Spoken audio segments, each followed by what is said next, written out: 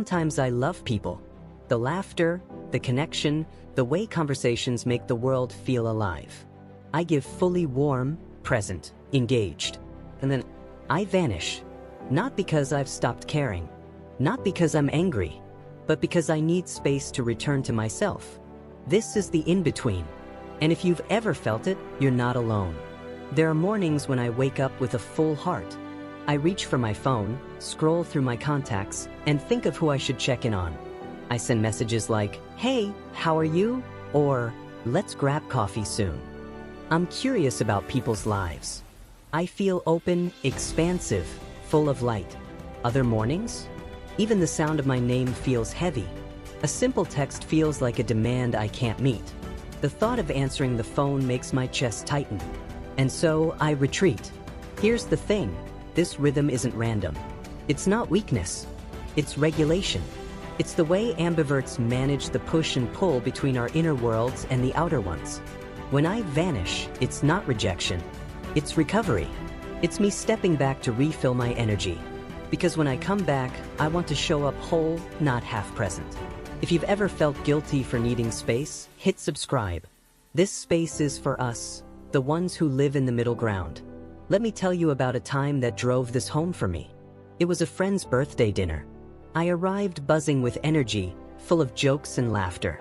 The music was loud, the table was crowded, and I was alive in it. People told me, "You're so fun to be around." And in that moment, I was. But an hour later, something shifted. It was like my inner battery drained all at once. The laughter that had felt light suddenly felt overwhelming. The noise pressed in. I slipped out to the balcony just to breathe. Out there, under the night sky, I felt both relief and guilt. Relief that I could finally hear myself think. Guilt that I had stepped away when everyone else was still buzzing inside. That's the ambivert reality. We thrive in both worlds, but we can't live in either one for too long. Silence, I've learned, is not the absence of love. It's how I protect it.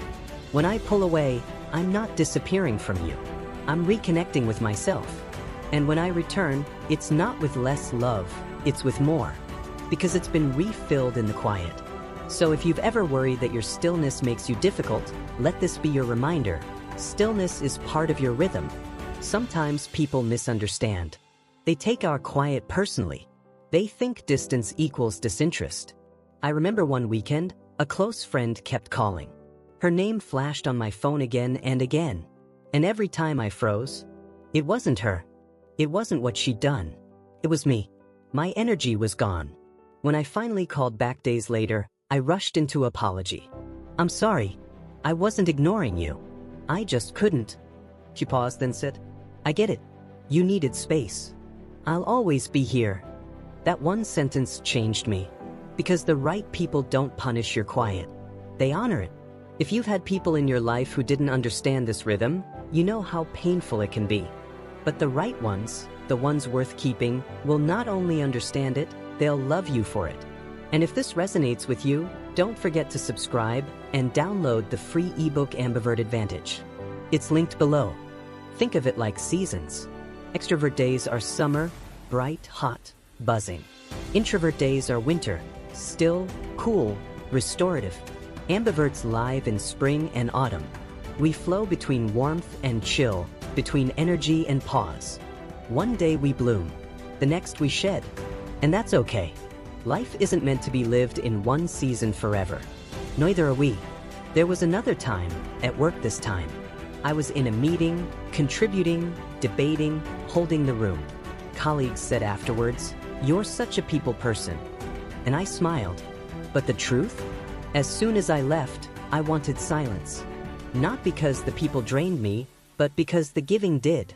And I needed to return to myself to balance it out. Have you ever felt that? That moment you go from center stage to craving the wings? That's not inconsistency. That's balance. That's your rhythm. Here's the mistake we often make as ambiverts. We apologize. For leaving early. For not replying right away. For needing alone time. But what if we stopped apologizing? What if we said, "This is how I work. This is how I thrive." The truth is, disappearing isn't avoidance, it's alignment. It's you honoring your inner compass. If you've ever needed that permission slip, this is it. Take it, use it, and don't feel guilty. Sometimes I wonder, do extroverts ever envy this? The ability to be content alone? Do introverts ever envy this? The ability to light up in a crowd? Maybe ambiverts are the bridge. We can see both sides. We can move in both spaces. And that, in itself, is a gift. But like any gift, it comes with responsibility. We have to manage it well. We have to know when to step forward and when to step back. When to say yes and when to say no. And that takes practice. So here's my advice to you if you live in this in-between. Notice your shifts. Don't fight them. Don't judge them. Learn to honor them. Because when you do, life feels less like a battle with yourself and more like a dance. Some steps forward, some steps back. But all part of the rhythm. There's something I tell myself often. I'm not flaky. I'm not too much. I'm not enough. I'm just an ambivert. And that truth frees me.